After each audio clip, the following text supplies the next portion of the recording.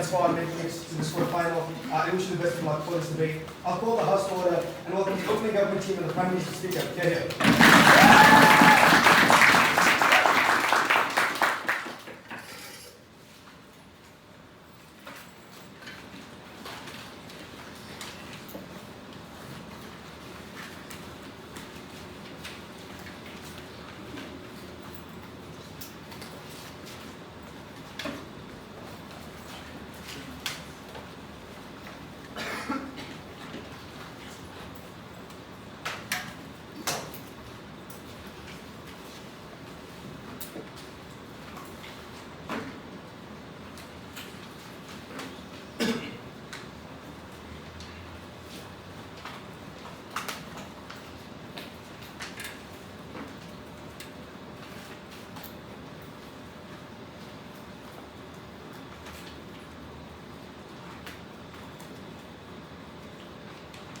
The US government has far too many agencies duplicating each other, doing almost nothing, costing an enormous amount of money, and making all of government inefficient. Starting with setup, the most important question in this debate is what is an agency? And we think it's distinct from two things. The first is it's distinct from the system of departments, that's things like Treasury, that's things like agriculture, that do the key functioning of the government. And the second thing it's distinct from is the truly independent commission. That looks like the Federal Election Commission, for instance, that have a separate structure with a series of appointed commissioners who have to be politically neutral. So we think this probably looks like the EPA, the FBI, the CIA, those kinds of government agencies. And we think those are probably the likely counterfactuals for where it's not yet. These are probably the likely counterfactuals for where the power is likely to go and where the funding is likely to go. I'll also note that this is, even though this is something that is currently being discussed by Musk and Ramaswamy, this is clearly not what this debate is about, given they have no actual power and now have seemingly pivoted to talking about H-1B visas for some reason. And also, this is clearly a multi-year long process, something that will take an incredibly long time. So it's not necessarily about Donald Trump or any particular president doing it in that process. Yeah. All of these things that you describe are all federal agencies in the term and vernacular in which American politics discusses them. You do have to depend cuts to the Treasury or other departments. No, the system of government departments is different to the system of government agencies, and the way that I know that is, obviously this is like a semi-open motion, but we have definitional fiat over what it means. And there's a set of things that use the word agency, and there's a set of things that don't use the word agency. So the set of things that use the word agency is at least reasonable, and your burden is to show my definition is entirely unreasonable, not just that yours is borderline better. The first argument I'm going to make is that this would save a substantial amount of money within the federal government. First of all, this is for reasons of duplication. That's to say both that different agencies are duplicating different direct services that are renting, that's different regulatory services, that's different actual services to individual government users. But it's also duplication of administration. That's to say that you're duplicating the HR departments, you're duplicating all of the back-end functions, which costs an enormous amount of money. Secondly, you create an enormous amount of administrative frictions in the way that these agencies work, because they all clearly still need to work with each other, and that means you have an enormous amount of time waiting when the EPA is waiting for a response from the Department of the Interior, and that creates an enormous level of efficiency, and it costs money, not only because time is money, you need to spend time doing those things, but secondly, because you then have to hire lots of people to solve those administrative problems. An enormous amount of people in the US federal government are hired to be like the liaison from Treasury to whoever, or the liaison from the EPA to the Department of the Interior, and that costs an enormous amount of money. Thirdly, when you have too many agencies, they all try and expand their scope, and you get bureaucratic empire building, and that is because they want more and more power, more and more prominence for themselves to be able to move up or move into the private sector. And when you have a large number of agencies, each with limited scope, they will fight over each other to grow that scope, which means it costs more and more money. Whereas when you are the Department of the Interior with full jurisdiction over the interior and all of the associated policy mechanisms, you don't need to. So you save money on that bureaucratic empire building. Why can they not just say, oh, we'll just simplify, we'll just be efficient in the way that we do the departments? First of all, what I'm describing is inherent features of the separation of these administrative functions. But secondly, it's often very hard to because people feel for their jobs a lot, and so there's not a huge drive for efficiency unless there is a big change, like massively taking down the scope and power of government agencies. So, what is the benefit of saving money? First of all, we can redeploy this money into welfare, into medical insurance, into doing good things. And secondly, the US government takes on less debt, which has to be paid back and means an increasing amount of your budget is spent financing that debt. And this is good for the private sector for the reason that it means they're no longer crowded out with higher interest rates. So, we save an enormous amount of money by simplifying the system. Secondly, why does the US government get far more efficient? The first, far more effective at what it can do. The frame for this is that creating a new agency to do a thing makes a political splash, even where it's not necessary. It will be more efficient just have your existing bodies do it, your existing departments. And that means that agencies have been massively overproduced. There was no reason the Department of Homeland Security needed to exist. Those functions already existed within government, but George Bush wanted to make a splash after 9/11. So instead of saying, oh, we're going to just have our existing agencies be able to do the things that we made the Department of Homeland Security, that still had to be an entirely new agency. Yeah. So in your world, then they just create more departments, because if you're not expanding the scope and size of agencies, then you just build departments as they did. The reason you're far less likely to create a whole new department is that it's a lot more legally and mechanistically difficult rather than creating individual agencies, because it's incredibly normalized that you have a new agency all of the time, whereas the departmental system, the other problem with that is that it would grow the size of cabinet, which would make decision-making incredibly difficult, whereas when you appointed someone to be the director or administrator of an agency, they don't get the same cabinet position that they're called a secretary of the department would get. Why is it why is this unlikely that they will actually cut the power and scope of government? First, no administration in history has ever actually cut the scope of government. Secondly, these things are very popular. Even like the individual services that are done are incredibly popular. And thirdly, the bureaucrats would have an enormous amount of backlash to it. We can reduce the amount of bureaucrats through efficiency gains, but because it's a smaller reduction, that can just happen through the natural churn of labour in the federal government, so that people are less likely to lose their jobs,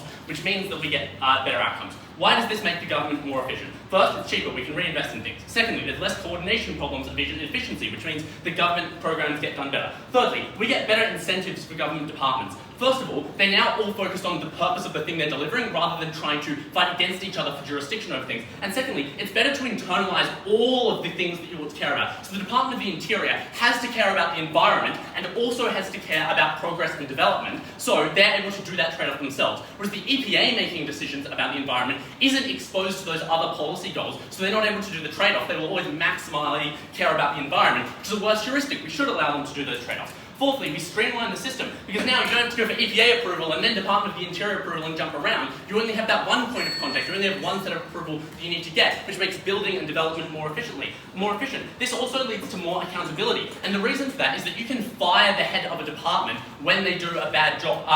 Fire the head of a department when they do a bad job, and as the government, you discharge that accountability because it's their fault. And people see the director of the FBI, who's supposed to be quasi-independent, very different to the person who's appointed to be the head of the Department of Justice, which is why it's much easier to discharge accountability by firing him than it is by firing the head of the Department of Justice. We also get better actual independence, because the problem with the agency system is that they're quasi-independent, but they're not really. They're appointed at will, they can be fired. Whereas if a set of things need to be truly independent, like the FEC is, it's better that they're made into actual commissions, which one, have more legal protections for their independence, secondly, have fixed term appointments, and thirdly, by law, have to have politically balanced benches of commissioners, which means that they can provide actually far better oversight. Finally, even if we do get some reduction in the amount of stuff that can be done by the federal government, this is probably the most ambitious set of policy that the federal government does that get cut, which often have damaging second-order effects. Things like low-income lending leads to the GFC. Things like the EPA being overly harsh on environmental development stops the development of clean energy. So if we lose the 10% most aggressive regulation, we say that's a benefit.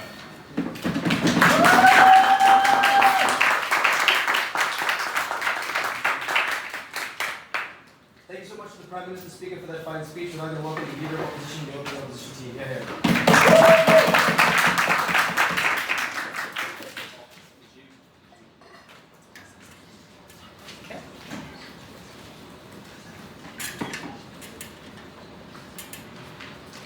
Big government is the worst form of government except for all the others. There are two things I want to note about the OG. The first is that they don't prove very much. They prove perhaps that you save some money. They don't really show why that money will go to all of the good things OG suggests, and in many of the arguments the links are incomplete. The second is that when it comes particularly to saving money, they actually don't contend with the fact that lots of these cost-saving measures give you more debt in the long run, right? That's exactly what happened with the NHS in the UK. You cut costs in the short term, which forces them to do low-quality measures which incur further costs in the long run, and thereby increase the costs on the federal government. 2 points of framing. The first is that many of these agencies are created by statute. This has two important effects. The first is the structure, scope, and size of these agencies is necessarily spelled out and limited by these statutes, and it doesn't bloat in the way that OG suggests. The second is that there was a very important case, a Supreme Court case last year, called Loper v. Raimondo, which said that natural language interpretations of statutes that create agencies are the only way that the powers of those agencies should be understood. That means it is impossible for agencies to give themselves more powers in the way that OG suggests. Finally, the US has a strong regime of judicial review, which means that even if agencies sometimes do excessive things, there are lots of ways to hold them to account. The second point of framing is how decisions are made within these agencies. Right? The unique feature of these agencies is that they have lots of expertise, right? They have leaders in their field whom they bring in. And the unique difference of op is that you need to have higher salaries in these agencies to compete with the private sector. If you're giving people peanuts, then it's very unlikely that you attract the top talent, which means that the quality of regulation goes down on the government side when the quality of people you get is lower. I'm going to prove two things. First, that federal agencies only have the ability and incentive to solve coordination problems on our side, and second, that they're properly held to account. First, why do they only have the ability and incentive to solve coordination problems on our side? In the absence of any federal regulation whatsoever, the US states would resemble a state of nature, right? Constantly undercutting each other, driving each other to the bottom, and emitting lots of negative externalities. There are a few examples of this, right? Like pollution, where states want to undercut the environmental regulations that happen to each other. For example, if your pollution occurs in a river and the river leads downstream to another state, right, you don't incur the environmental harms of that pollution and it happens to someone else. It also occurs, for example, with excessive liberalization of business regulations, right? You want to undercut minimum wage or working hours or medical protections to compete with other states and bring investment more into your states because you don't incur the harms of that in the short term. It also looks like building crucial infrastructure, right? Maybe a flood wall needs to be built somewhere in the West Coast. No state wants to take on that burden, and therefore no state does it at all in the absence of regulation. The crucial difference is, why do you need significant funding to regulate these things? And therefore, why does it only exist in the world of op? There are three main reasons. The first is that a lot of these projects are extremely costly. Right, so the examples I gave about building a crucial infrastructure and regulation, if the states are not willing to do this, then the federal government needs a lot of money to do these things. The second, and more important, is a lot of the way in which the federal government convinces the states to do these important things is, unfortunately, through threats. So they threaten the state government and say, if you don't, for example, build this crucial piece of infrastructure or bring your environmental regulations in accordance with federal regulations, then we will cut funding to your projects or we will come down harder on particular kinds of regulation that you do. And that is only possible if the remit of those agencies is large to begin with. Right? The threat is not credible on the side of government if these federal agencies have already been significantly downsized.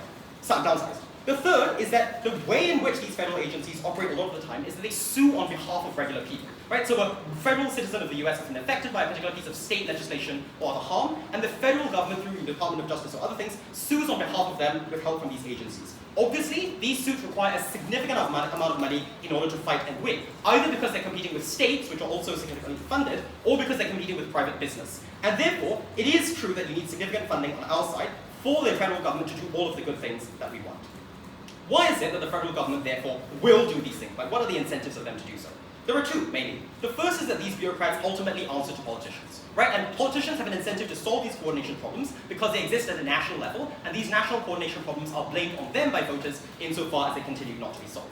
The second is that this is specifically what bureaucrats take credit for, right? Bureaucrats don't have political careers. Their only career success comes through solving precisely the kind of coordination problems for which their agencies have been set up. This is the way, for example, they can get promoted. Or if they want future political careers, this is what voters will put on their track record. And therefore, there is a significant incentive for regulators to do these good things and solve these coordination problems on our side. What are the impacts of this?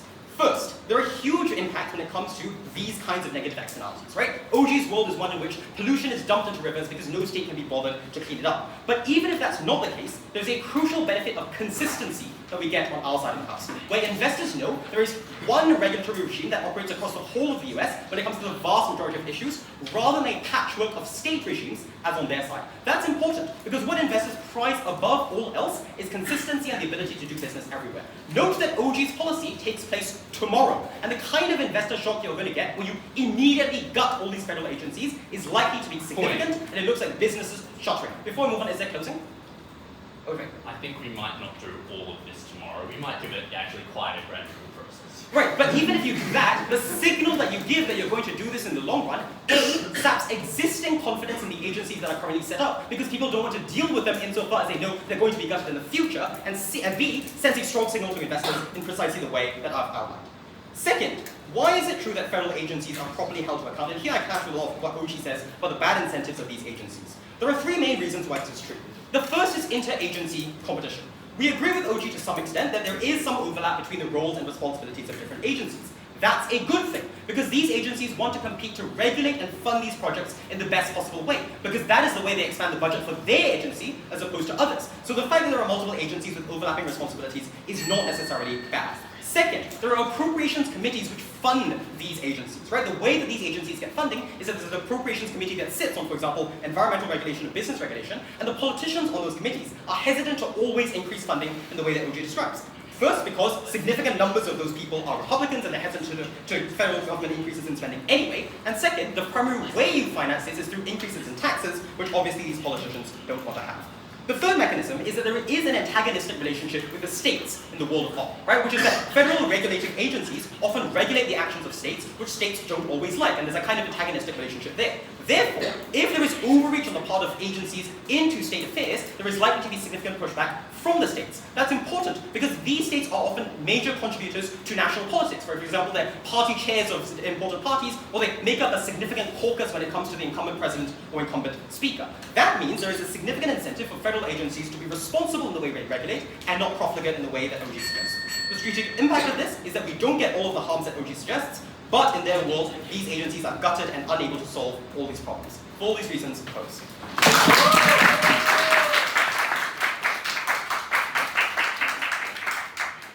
I'd like to thank the Leader of Opposition Speaker for that final speech, and now welcome the Deputy Prime Minister to close the case of the open government. Yeah.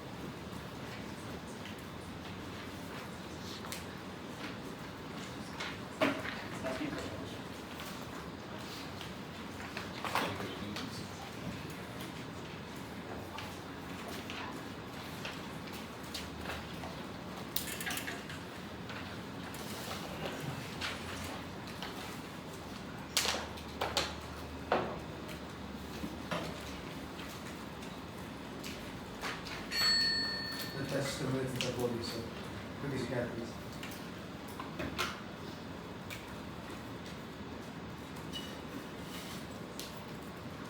Firstly, on coordination and efficiency. Secondly, on why you should weigh efficiency highly. And then finally, reasons why even if some capacity is lost, that's a net benefit for the American people.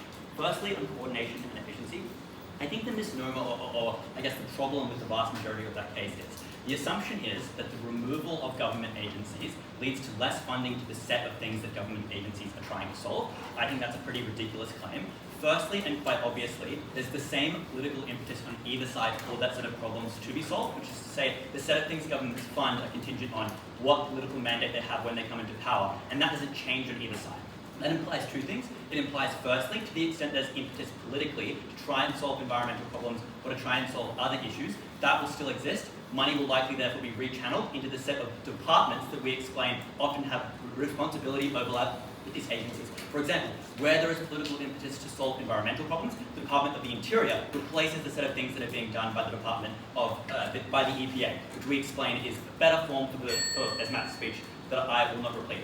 But secondly, I would point out that the second problem with this, I guess, is that this is just an explanation of why things are better concentrated within existing departments, right? Because if you believe that previous analysis and everything else we've already explained, what you should understand then is when you reduce administrative overlap, when you no longer have departments or agencies that are doing the same set of things, and as well as that, agencies that are doing the same thing as other agencies, costs don't go, or the amount of money you have to solve problems doesn't go down. The amount of money you have to solve problems goes up, because the variety of other things government spends money on no longer exist. Things we explain that look like a small scale, things like HR departments, but there's a huge amount of other money that government agencies duplicate infrastructure into. That is like, for example, prior to the public release of reports, agencies often invest huge amounts of money in research on both sides, and secondly and importantly, the higher level expertise that agencies have often gets duplicated in extremely inefficient ways. As this team observes, it is very expensive to hire people and compete with the private sector to get the best intelligence, to get the best research, to get the best decision making. If multiple agencies are both competing with each other for that expertise, such that some agencies are deprived of expertise because they don't have the requisite funding to attract them, but also all agencies are spending more money and therefore able to less attract them, you get a lot less efficiency occurring in government. Secondly, we explain, I think then just to repeat, a series of reasons why it's concentrated in departments is better. Because you might say, well, we're not explaining an efficiency gain then if we're just redirecting who's trying to do it. We haven't explained why that's better. We explain that larger departments, firstly, care about the bigger picture in a way that is better able to coordinate those varieties of issues. For example, if you're responsible for both the development of cities and the development of infrastructure and also the impacts on the environment, you need to weigh those two things against each other, which is important because a lot of the competition that they describe is counterproductive towards solving problems. For example, the EPA, in order to make itself seem important, needs to be doing things, which means imposing regulations and preventing things from happening, because that's its job. To be an agency that protects the environment, it needs to be doing some kind of policy. Whereas the department or other departments or other agencies within the government need to be showing that they're building infrastructure, which forces agencies to conflict with each other and do operations that cancel each other out when they try and demonstrate that the thing they're doing is most important and that they're getting the most done. Departments are much more efficient at that because they don't have that same incentive to shoot themselves in the foot. But secondly, them being large also makes the funding substantially more stable. Because the thing we don't get a response to from that team is the fact that these agencies, as I mentioned in the start of my speech, have fluctuating levels of funding year on year, depending on what political mandates exist. When these departments then, agencies are much smaller, it becomes much more likely that the individual agency gets its funding cut. For example, when environmental protection becomes less popular, you get huge funding cuts towards that. And that makes the net level of funding that they have in order to maintain their infrastructure, to keep people employed, to keep the best expertise, and to maintain the research they've already started, they now have to operate, even in years of high funding, at a lower scale, so that they know they can maintain the things that we're doing. That they're doing, but also often realize that they have to cut things that they've already just started doing when, for example, a different person gets appointed to that and then all of that ends up being cut. So having this huge level of duplication with individual bodies that have less stable funding, that are less able to centrally manage which projects are going to last for the long term and which projects are going to be short term, leads to projects that are worse and leads to projects that are substantially more inefficient. Their claim is that this duplication is actually good because it allows these different agencies to compete with each other, which is both a pressure for them to show that different issues are important, but also a pressure for them to operate better. Firstly, I would observe that departments have a variety of highly effective accountability measures on them. For example, there's a huge degree of oversight from individual departments. There's obviously a large degree from executive administrations in order to make sure departments are doing their job well, because those are the things that they're most democratically accountable for. But also departments often have individual figureheads who are in cabinet who are responsible for those things. And those people have their own political curious to worry about, which means that they have a strong incentive to manage their departments in a way that is highly effective, in a way that often the heads of agencies do not. But secondly, the way that money is appropriated to different agencies is often highly politicized, and therefore the way that competition occurs isn't in the direction of better policy or better action. It's often in the opposite direction towards who's most close to the party in power. It's often done in Congress by oversight committees that have a huge degree of politicization, and that means that that isn't necessarily in a way that leads to it being better. The final specific claim that I want to respond to is the claim that when they're created by statute, so they're not able to get themselves more power. Firstly, I think this is an explanation of why you get a lot of duplication. Like if it's hard to expand the scope of one agency, it's often why new agencies are created when an existing agency could have done their job or an existing department could have done their job. Secondly, statutes can obviously be changed, which allows that to expand. But thirdly, the limitations of these statutes are not as absolute as this team claims. For example, it's very unclear how you would specifically describe exclusively what something was responsible for. That just sounds like it would remove all flexibility that the agency had to find and discover new problems, which would be a harm if it existed. Far more reasonably, they do have some scope to change the sets of issues that they're trying to solve, which leads to that. But before I move on, I'll take a peek. If there are these just massive Frankenstein departments, won't you just create sub-departments within it, which parallel all of the problems that you create about internal divides, frictions, etc.? Well, there aren't massive Frankenstein agencies per se, but it's not like there's massive Frankenstein departments on our side.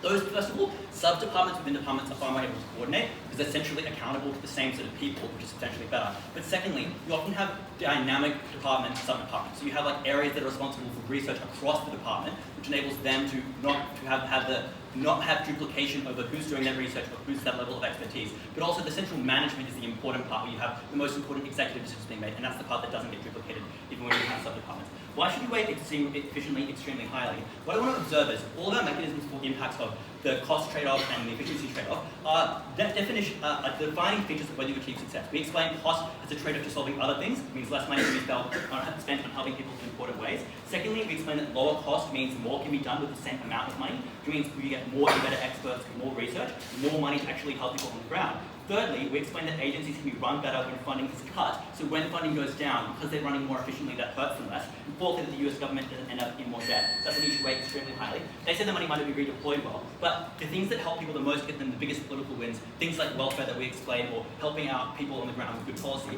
I don't think it's clear why the American government has a disincentive to do policy that is effective. Even if some capacity is lost, state governments are closer to the ground, and less regulation can be good, as we explained that. Very good.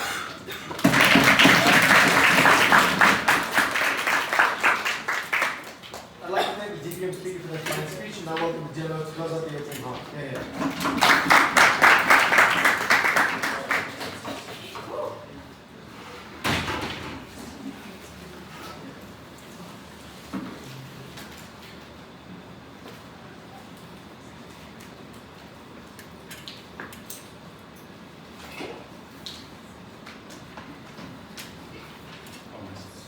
Ready?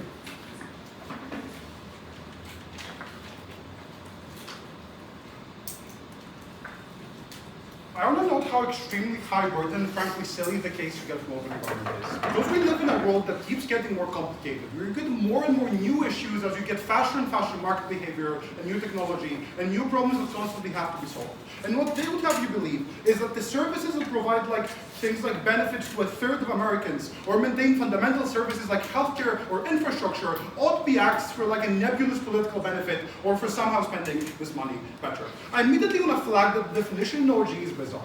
If they're right, the efficiency gains they describe simply don't happen because they never explain to you why politicians know how to manage those departments. I don't know why I should want to have someone who is a political figure in charge of those places, or why indeed, even if they have the right incentives, they actually have the ability to solve this issue. But also secondly, presumably the overlap and the infighting they discuss gets even worse when you put more people in the American cabinet. That is exactly when you have different politicians fighting and vying for control. Because I would posit that going into politics means that you are someone who wants this power, as opposed to merely being a bureaucrat in charge of a department. But also thirdly, counterfactually, they're very unlikely to keep this money on their side of the house. All they say is that you still want to solve these issues. But note that the reason they say that things become worse is because you misspend this money.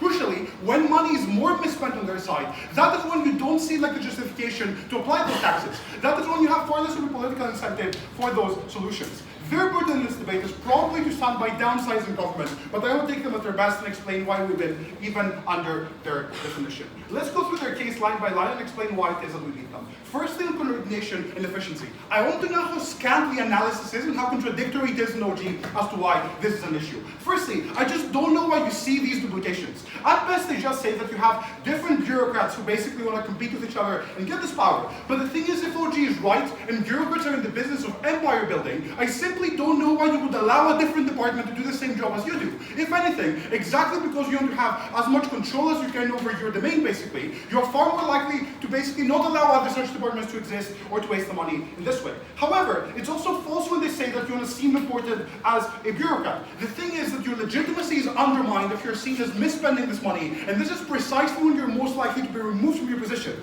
Therefore, I think it's false that you see this duplication. The thing then is, they just say, you have HR departments. Why is HR bad? Presumably the size of the department scales with the size of the agency, and if anything, those services are useful. I think that even if duplication exists, it's very, very small, but also they never explain why you don't see the same duplication on their side of the house. But also, I just don't think it's true that it's easy or cheap to fund a new agency. You have to convince the majority, if not an expanded majority of the Senate to fund it. But also, it's often the case that it takes lots of time for the new agency to go online. Therefore, it's almost always easier to tack it under an existing agency rather than needlessly expand the government. Therefore, it's flatly false that you're going to hire a bunch of people who don't do anything useful. It's also false that you cannot fire bureaucrats. They just lie when they say that the government has never seen downsizing. This has happened before, be it in the Bush or the Reagan administration. But also, I would flag that the very easy way in which you can downsize an agency is by not increasing the funding they get from year to year. That is, you let them fall behind inflation, and therefore it's very easy to downsize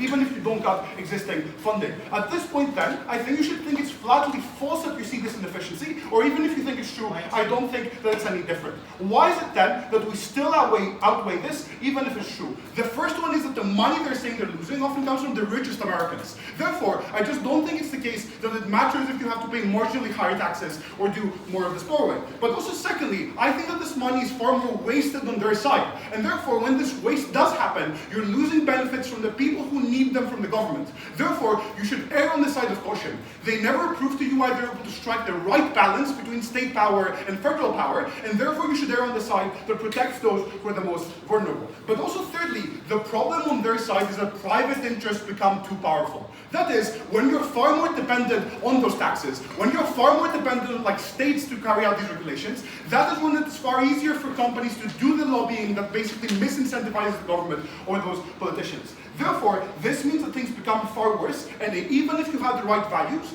you lack the technical expertise, and that is precisely when mistakes happen. The last thing I want to prove then is why it is that you win the clash on accountability, which means that these departments basically achieve the results. We think that it's generally a good thing to have bureaucrats in charge while reporting to politicians. Why is it horrible to have a politician? The first reason is just simply lack the expertise. Like the cabinet appointee is often someone who hasn't worked in that department, and therefore they're far worse at managing it. But also secondly, when the department head is term limited, when you go to the president, that is when you're far less long-termist to the policy that you pass. That is when money wastage happens. That is when things become far worse from administration to administration. Next up then, why are quasi-independent agencies the best form for this sort of work under OG's definition? Firstly, they allow revisionism in the scope of the work they have. When you have a commission like the FTC, it is far more difficult to control the work they do or give them new remits exactly because you have to work through legislation as opposed to having direct oversight.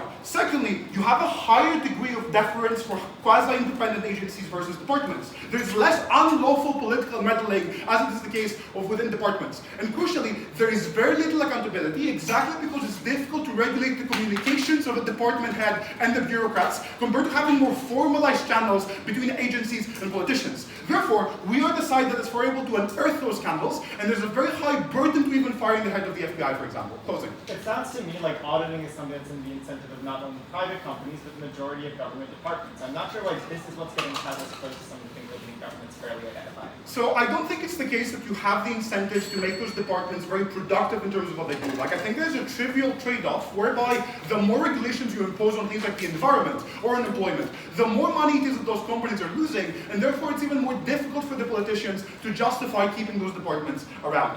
Why is it then that we are far better at holding those federal agencies to account in their size and their power? Therefore, and if you believe this, it's false that we're overspending on them. The first reason is we have like specific committees, as Tajei explains, to which you get no response. Additionally though, it is the case that you have like an antagonistic relationship between both the states and the agencies themselves. That is, you don't want someone else to get more money because it's more difficult for you to justify this money. But also, at the point when you have like hawkish politicians who are like going to be very hesitant to give you an extra dime, that is precisely when the sizes are generally kept low. Therefore, given that and the point we proved to you about size, like legal scrutiny under like the very strong judicial regime, is the reason why those agencies stay small. At the end of top half, the question here is very simple. Who do you believe? Do you think it's correct that politicians are going to manage these agencies well, or is it good to have bureaucrats in charge of those departments? We proved to you why separation is necessary for accountability. We proved to you how we achieve those goals, and for all these reasons, I'm very proud to oppose.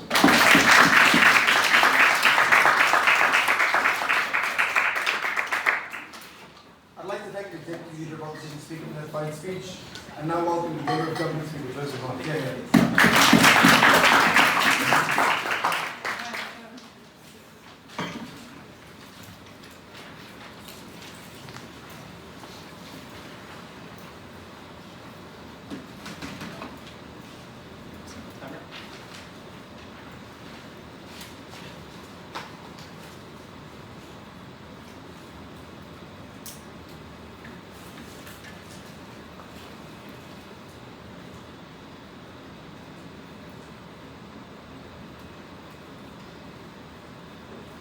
Everyone good?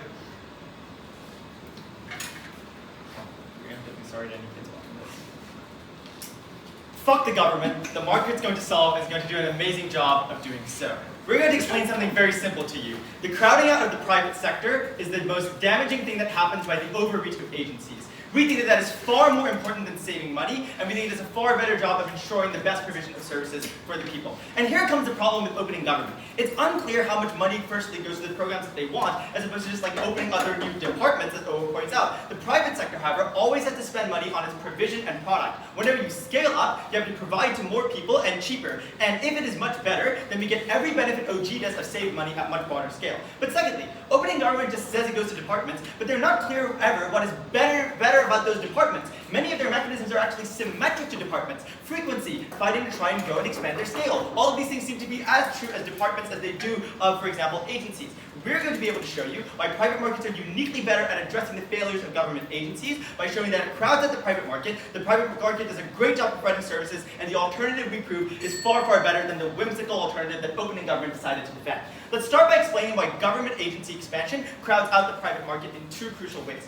Firstly, it is true that the more agencies we have and the more they expand their scope, the more they're going to need to spend money by taking up more debt. And the more it is that there's political or incentive within governments to expand the number of these agencies, the more debt they're going to need to take out. Now the Prime Minister says these words, private market crowds out interest rates, without explaining why they're crowded out or why the lending to the US is unique in its way. This is remarkable blippiness from this Prime Minister. Why is this actually true then?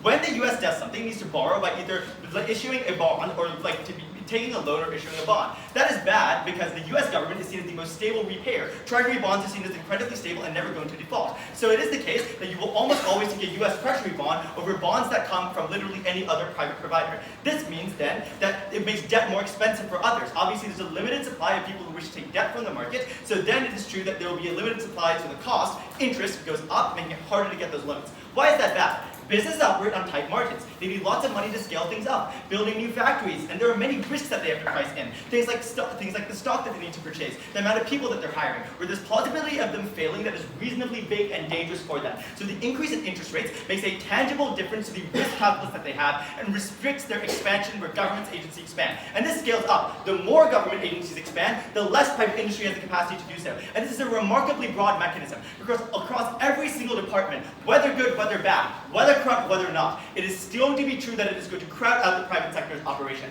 But secondly, the state picks winners, but scares off private actors from involvement because they're scared that the government is going to benefit itself. It fears things like favorable regulation relaxes in favor of it, favorable contracts to contractors, which will then crowd out things for other contractors for doing things like building trains, because they think that stable payments will come from the government, who will never default on the payments that they provide. Or they just fear that the government could tomorrow choose to knock them out by outlawing their operation. And this doesn't even be true that this happens, right? It is the fear itself that crowds out private operation, which means the government never enters. Look at Brightline, for example, our private train company in Florida. They're doing an amazing job of providing high-speed rail, but they needed to wait for 5 different government changes on a state and national level before they could enter, because the government continued to crowd them out by adding more and more agency obstruction, by choosing public provision instead. It scares them off and means otherwise where services could do better by the private sector, it fails because the government is deeply involved. I want to weigh this argument against what we get from opening government. It is taking opening opposition far more charitably, because even if the agencies themselves behave well, spending is in and of itself going to be a harm. So independent of the opening opposition analysis, our harm remains true. Why is the alternative a robustly competitive private sector, and why will it be well regulated? Firstly, I think we still have things like robust antitrust, and as private sectors perform better, there's a greater incentive for there to be strong regulation, because companies themselves are likely to support and lobby for it. Why? They never want another firm to be able to gain a unique advantage, so they'll support these things in their growth. Secondly, without this crowding out, obviously more companies are willing to enter the market, which boosts the degree of competition, where they have to try to compete against one another for customers, which ends up reducing prices as they're trying to appeal to them. But thirdly, why is regulation itself likely to be effective? When less money goes to departments, more of it can go to keeping up with industries. For example, in tech very much, you struggle to keep up with industries who move fast, and you can't keep up with their hardware, for example, to analyze things like neural networks as they develop. Now you have the money to do that and scale up that provision, where you scale it back from the provision of it to a remarkably large number of agencies. And secondly, this is where we are able to get rid of regulatory capture. Agency obstruction actually matters here as compared to where opening government says it does matter, but it isn't clear how much it matters other than just people butting heads, right? It matters because you can capture a department through a revolving door effect, when it is that people within one department want to get jobs in the private sector later on, and therefore they're likely to be lax in the regulations that they do. But when there are fewer agencies, the government itself can be more robust in the auditing of things like favorable deals, the auditing of double binds, making sure that they're more selective in their hires to minimize the revolving door effect. This is how we get effective regulation. What are the conclusions here? Firstly, auditing and regulating are unlikely to be cut, as opening opposition said, but instead likely to be scaled up in a way that allows us to unlock our benefits. And secondly, we're likely to get a good private market. I now want to explicitly compare what is good about the private market and why the failures of the government are endemic. Firstly, the government lacks information. They're very bad at aggregating this stuff because there's legislative limits such as data privacy laws that they self-audit on more than private firms can be audited on, especially because regulation is so smart and scale. Secondly, it is more short-termist than private industry because private industry needs to survive into the future continuously. While you only need your agency to do something to survive an electoral cycle, private companies who provide trades need to have consumer loyalty. They need to have shareholders, so their accountability is far more frequent in its operation. Secondly, there's far more acute accountability. Politicians never actually know why they were voted in and what issue they were voted in on, versus what basis were they voted on, what promises do they need to deliver. So accountability fails, and neither do the committees from opening opposition ever actually get audited. Versus governments change frequently, and executives cannot be held to account directly because they were never voted in. However, shares can be sold off, debt can be reneged, private industry sticks around and is punished on its individual business decisions consistently, which means that the accountability that we get is far more acute compared to private industry. Third, private industry, governments do not market research because they have effective capture when they provide something like trains or like healthcare, whereas the private industry needs to try to win and over sectors, so they need to understand what the market needs and adjust, to innovate and invest where governments lack a strong and incentive. And fourthly, they have less time and effort actually invested into this, because the marginal return for the government trying a little bit harder and making things better is very, very low. What are they actually going to gain from it? Versus competition amongst private businesses means that small differences on accessible or frequent services or cheap services makes a meaningful difference to how much you actually get in provision. So it is true that they will try harder. What are the potential sources of skepticism in this argument? Probably just that profiteering will strip back your services. Obviously governments do this too, but this claim is only true when many agencies mean that you fear government crackdowns, so you need to minimize costs to be resilient. Now, when you reduce that risk, you no longer have that strong incentive. I want to weigh this argument for you. Firstly, private industry matters more than efficiency because the government has inherent limitations which map onto government spending, which our arguments do not. But secondly, we are far more comparative than opening government by showing why we were uniquely good at addressing the failures of governments. The private market will solve where it has otherwise failed to do so because of the failures of governments. We're very proud of those.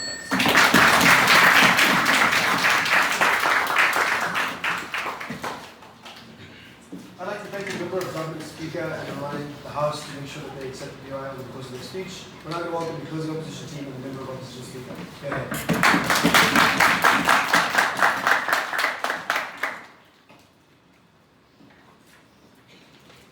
Runs to the middle in this debate kills the vast majority of their case. Conveniently, it also kills the vast majority of OO's case. In the vast majority of CG's case, we're going to explain why we win that comparative and why we're significantly better than any other team in this round.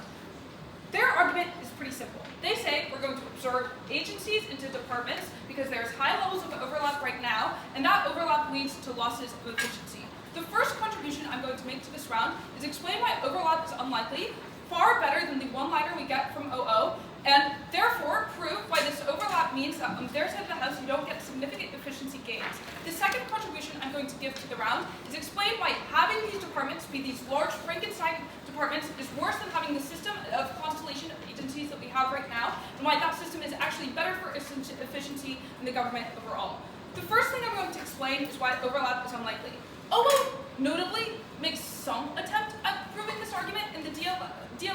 They don't do it very well. So all Chris tells you is you don't want other departments to have the powers that you have, which is why you don't do overlap. Problems with this argument. Firstly, they never explain why the low-level bureaucrats who might be power-hungry or want to engage in bureaucratic empire building have the actual power to ensure that overlapping agencies don't happen. The problem with their argument is that they're misnaming the actor when they're rebutting OG, which means that the rebuttal here doesn't actually function. That is to say, OG's talking about politicians' incentives, whereas they talk about the incentives of bureaucrats, so they're not actually able to effectively rebut the argument. Why is overlap actually unlikely? Firstly, empirically, agencies are frequently set up for temporary periods of time. They do not last permanently. Frequently, these are limited in scope, and limited in time, and limited in size. Secondly, they are frequently checked back upon. So, for instance, you do things like the Government Accountability Office and the Comptroller frequently audit agencies, make sure that they are functioning to the necessary need, and they're able to shut down agencies if they're not functioning properly. Thirdly, you can do things like funding cuts on our side of the house. I think very frequently lawmakers defund an agency, and therefore they cannot operate even if they want to, which means that these agencies lose their power over time if they are not effective in their duties. Fourthly, I do think that central management does exist, and therefore the OG argument as to why overlap is likely or overlap is better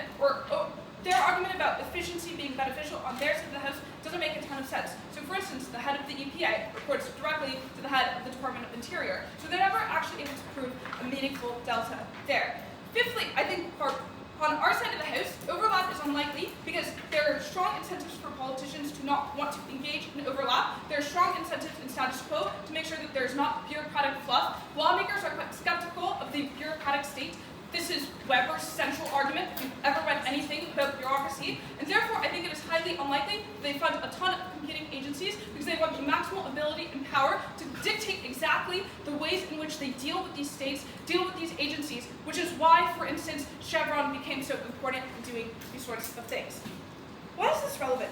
Firstly, I just don't think OG has a case. Like, I just genuinely do think that most of the arguments they make are like, we're going to cut money, but the way we cut money is by giving all of that money to these big pools of states. And I think OO is reasonably able to point out that things like HR departments are probably necessary, and the size and scope of the HR department that you have in a massive Frankenstein agency is far larger than the size of the HR agency that you have in these small areas. So I'm not sure that they're actually able to prove any meaningful efficiency claims, and all of the stuff they tell you about how you're able to coordinate across agencies, or coordinate across a department, can also happen when you coordinate across agencies. So they're never able to actually engage in the comparative and explain why the patchwork of agencies that happen now, which also centrally coordinate and manage, because they also talk to the other departments, is likely to be a flawed system. Secondly, I don't think that they're able to prove why, if there are cuts on their side of the House, they're likely to be bad. A couple of reasons as to why the ways in which these departments operate are likely to cause bad cuts to the government instead of good ones. The first thing is I think they're politically motivated. So they say we're not defending Trump and the Department of Governmental Efficiency. Fine, but they have to defend presidents doing this or politicians doing this generally, and we think the way in which this happens on their side of the House is always likely to be bad, because maybe it's not Trump all the time, but it's probably Republicans 50% of the time and Democrats 50% of the time. And so if you have constant shifts in funding that go to departments or go to these things, I think it's probably quite likely to be bad, particularly given that the kinds of things that you cut on their side of the House are likely to be the ones that have the least amounts of political will, least amount of those things. Secondly, I think that there are likely to be cuts from the heads of agencies to particularly important agencies. So I would posit that some agencies need to be isolated from political movements in time.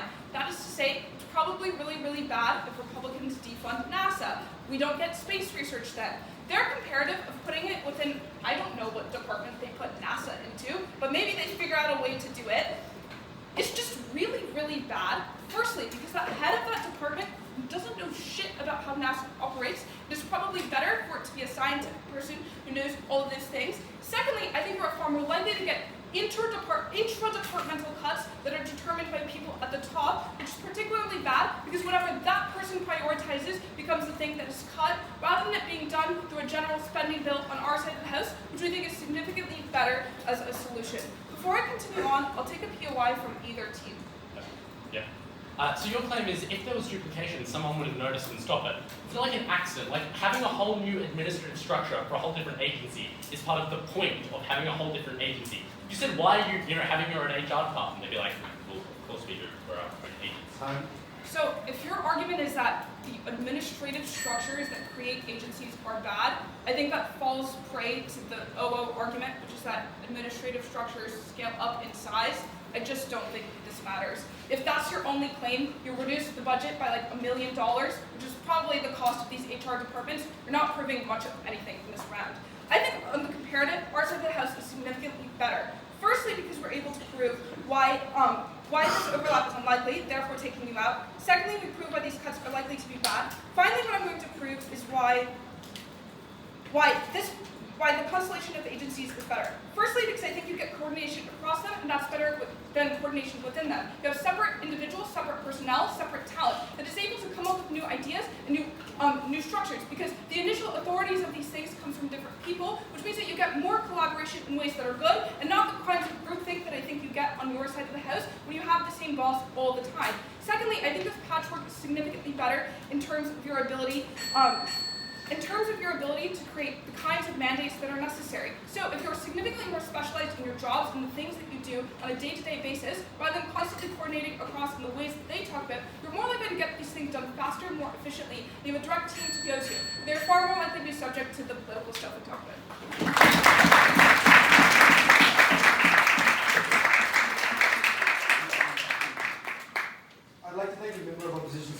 defining speech. And I welcome the government to close up the government bench. Yeah.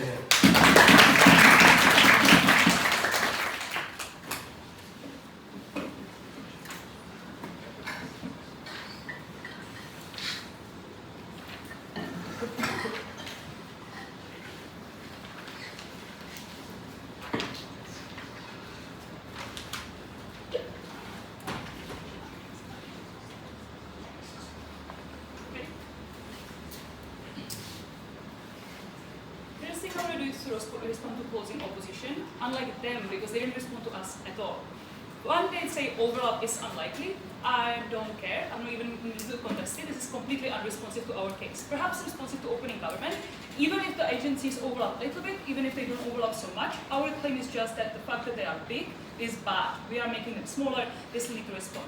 Second, they say, what if we deflate NASA? That would be bad. No reason why that would be bad, because as we pointed out, there are obviously private alternatives to that, right? Like presumably, if you have far less money going towards NASA, then you will have far more power towards SpaceX, who will be able to, per the reasons that we gave, do space exploration in a way that will be more beneficial to people. So, I think all of the CO case is basically just OO's case, but non-responsive to what we said. Why are these agencies actively harmful? Unlike opening government, we are not going to be soft. We're not going to be running around semantics about agencies and departments, around a soft case about efficacy and maybe a little bit more money is going to be saved. We gave you a nice old right-wing argument. Big state is bad. We want smaller state, which should be the obvious OG, but we're actually running from CG. So, first of all, the reasons why we go over opening government. One, we explain the far larger harm that opening government did in terms of what harm these agencies cause. That is to say, opening government, and we agree with them, explain that there are some inefficiencies that perhaps could be solved by shuffling. We explain that this crowds out private sector, denying growth, denying innovation, denying services to people that would be far more effective than bloated government agencies. Secondly, we are not dependent on the semantics, right? Like, if you think that agencies and departments are kind of similar, or if you think that opening government didn't really explain what the difference between them is, and one is more efficient than the other, good, because we don't rely on that, right? We are explaining that the size of the state is just bad. So, given that, why are these agencies actively bad in crowded private sector? We explained, number one, actually explained, unlike just gesturing with two words, why private sector has less access to borrowing, that's first thing. Second, that the government is often picking winners, which means that they monopolize certain sectors, such as transportation, providing it instead of much better services such as Redline, or space exploration, that will be provided by much better services such as SpaceX. And thirdly, we explain that agencies very often do regulation incredibly badly, right? You have capturing through revolving door effect, meaning that there are often the largest companies often demand regulations that are serving them as opposed to serving to the general growth of the economy. For example, making the barrier of entry for smaller businesses far larger because now they have to be complying with huge regulatory costs that the corrupt agencies are imposing upon them. So, because of that, private sector suffers through large agencies. If we are removing the money, they are far more likely, as Wajeeh explains, to regulation less and regulation more effectively in the places where it matters more. I'm going to respond to opening opposition in terms of their analysis slightly rushing to ours. They say that there are accountability mechanisms. They say there are statutes about agencies bloated. Even if that's true, we say that they are already sufficiently bloated, they are already quite big, we would want to make them smaller. And second, they say there are a lot of legal ways to hold them accountable. What reasons? That was just a sentence in alone. Then they say bureaucrats answer to politicians. Politicians have electoral incentives, so they're going to be doing good things. First of all, lots of the examples that we are explaining are not necessarily something that voters do notice, or it's the voters' primary issue of caring. So if you have, for example, really inefficient transportation, sometimes it's not the thing that voters vote about, but it's still harming their quality of life and would have been preferable if the private sector was providing it. But secondly, often it's easy to blame it on the technocrats, so politicians are not necessarily accountable for the technocrats too. Second, they say states are holding federal agencies accountable. First, not always you have sufficient number of states that are going to be pushing against or pushing insufficiently. But secondly, often the same lobbying and the same regulatory capture by large companies is happening on the state level. So it's unclear why they will be effectively challenging the federal agencies. The final thing that opening opposition says here is this will be really bad because it's going to be a bad signal to investors. First, I think opening government is reasonable in that we wouldn't slash it tomorrow. But secondly, like our case flips that, right? Like this is a positive signal to investors because now you are signaling you'll be removing terrible regulations. You're going to make the private sector better. So investors are going to be like, yay, sounds great. Now we can invest more into better and more efficient corporations. So that then explains why the agencies are bad, why the accountability mechanisms of opening opposition do not work. The final thing I want to do is to explain why the private sector is better. Before I do that, environmental damage and employee abuse are not costed into company balance sheets in the absence of agencies. I will get to that, don't worry. So why is the private sector better? The first thing is a strategic observation, which is that opening opposition or closing opposition never explains why the private sector is a worse alternative. They just go like politicians will be worse. But that doesn't necessarily have to be the alternative, right? I think like first of all, they correctly point out that legislation would often be slower, would be lesser, so probably politicians wouldn't do nearly as much of it. But secondly, I would note that like, even if the alternative to some extent might be politicians, we think not much, right? They are still much more accountable to voters. And often, like the issues that we identify with them, like lobbying, is far more likely to be spotted and observed and much more transparent than with unnamed technocrats. So, about opening opposition doesn't have anything to compare with private sector effectively. So, why is then the private sector better at providing services? The first thing we explained is that you are far more accountable to markets, which is like, all says bureaucrats are expert, but the problem is that even if they are experts, it doesn't solve for the problem of the sheer largeness of the operations that they need to be doing, right? Very often you do not collect the information that you should be collecting, you don't know what people want, what their struggles are, the large scale is just limiting you on that. So the private sector is far better, given that due to the competition, due to the fact that you need to be responsive to markets, you do market research far better, you have far quicker feedback on what people want. Then they said that, the second thing they said is that you're far more likely to be long-term when you are a private company, right? Because as all concedes, often bureaucrats are accountable to politicians to some extent, so they're far more likely to be doing short-termist populist things, as opposed to companies who are at least looking towards the profits in the long term. And lastly, we also explained you have far less competition, so you have far less incentive to do good things. Note that opening opposition says very little about what are the actual really good things that these agencies do. They say climate regulations, and they say labor. The first thing is that climate regulations, often given the importance of it globally, that sometimes you solved by regulations in other states where those companies want to be going. And secondly, like the fact that like fossil fuels, etc., are going to be finite is something that companies also take into account just on like the market level for themselves. But also like the most important vote-relevant things like horrible labor standards or like welfare are probably the things that will be cut the last because those are actually things that voters will be really angry about. So it's far more likely the efficiency is going to be taken at the better levels. For all those reasons, very proud of those.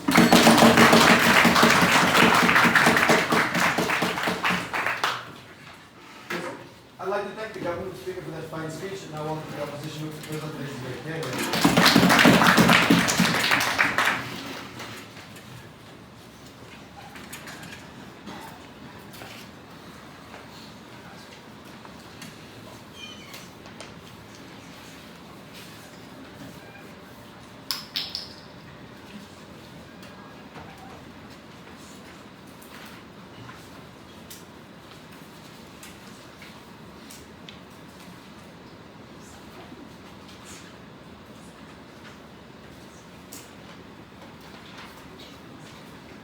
All right, everyone ready? Great. What do we bring you in this round? First, we take OG out of the round for good because we tell you that overlap is unlikely. What that means is that they have no argument, because if the only reason that consolidating all of these agencies into, by the way, also like everyone throughout the round points this out, that they're like, these agencies have all of these like bureaucratic pathologies, but all of a sudden when we combine them into larger departments, somehow the departments are going to be amazingly managed. Clearly that's not true, right? But we take them out of the round. And then also what we do is we show that the cuts specifically happen to bad areas, and what that means is that like the quality of public services is just impaired, and also that having a constellation of agencies is better for reasons that are more robust than what OO gives you. Okay, I want to take CG out of the round, and then we'll talk more about our contributions, okay? The first thing to observe is that they're bound by the OG comparative in this round, right? So when the OG goes up and talks about combining these things into departments that do the same things, you can't necessarily have this counterfactual of just getting private agencies, or sorry, like businesses to go and do all these things, right? But moreover, there's a really fundamental problem with your argument in this round, which is usually when the government does something, it's because the agencies don't have a profit incentive to do it, right?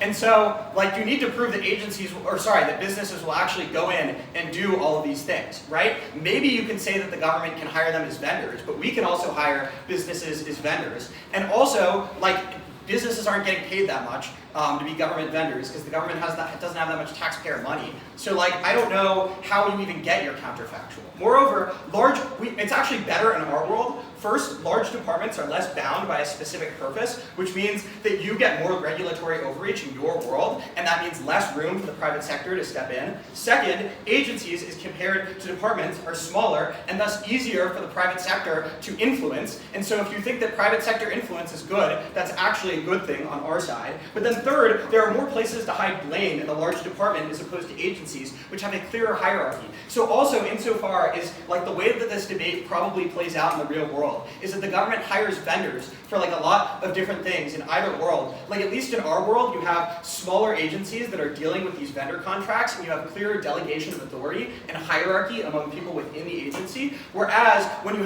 have bids being evaluated by these large departments, that process doesn't necessarily go as well. Okay, so why do we prove to you that the cuts specifically happen to areas where they're detrimental, right? We tell you that there are going to be constant political shifts in priorities. So the Republicans are going to come into office and cut like education and like the EPA and all of that for 4 years. And then you're going to have Democrats come in and cut like the military and all the defense agencies. And so you're going to get this constant whiplash in their world that we think is bad. Even if they're only talking about reorganization, still, we think that constant reorganization is probably a bad thing.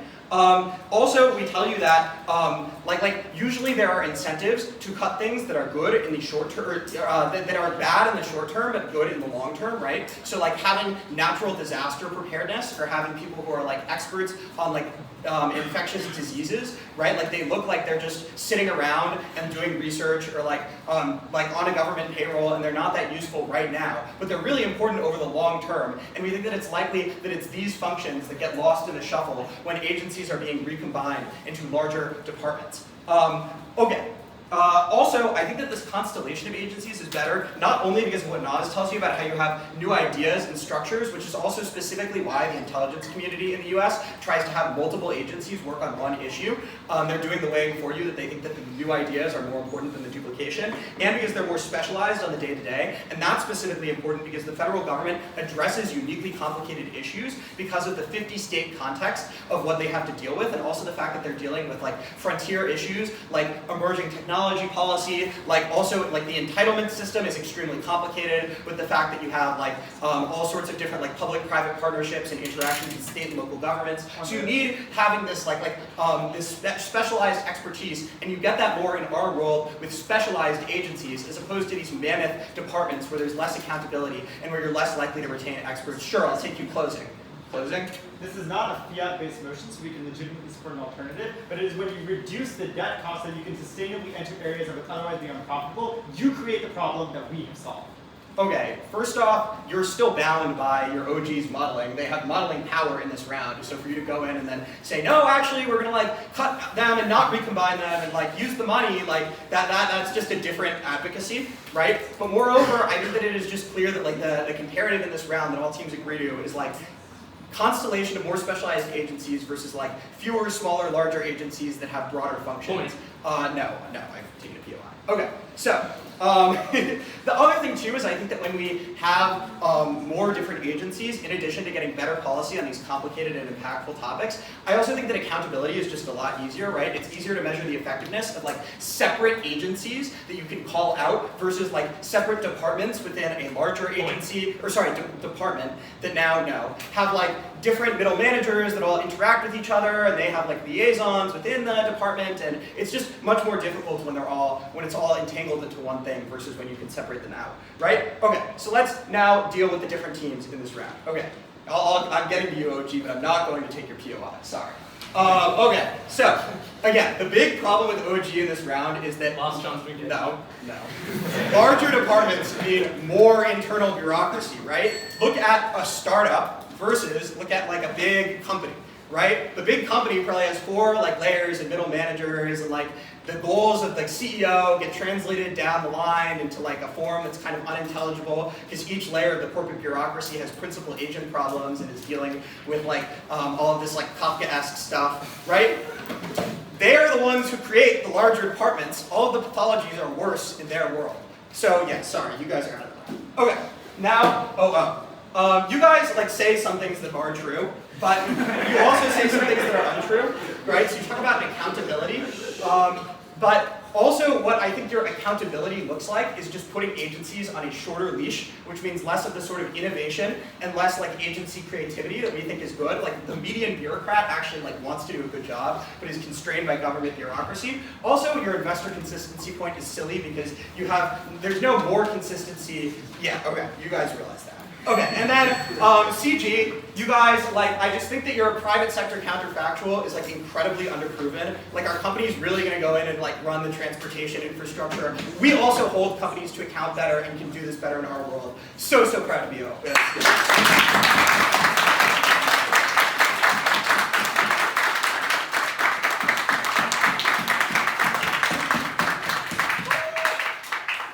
you all for the advice. Debate, first of all, shake hands.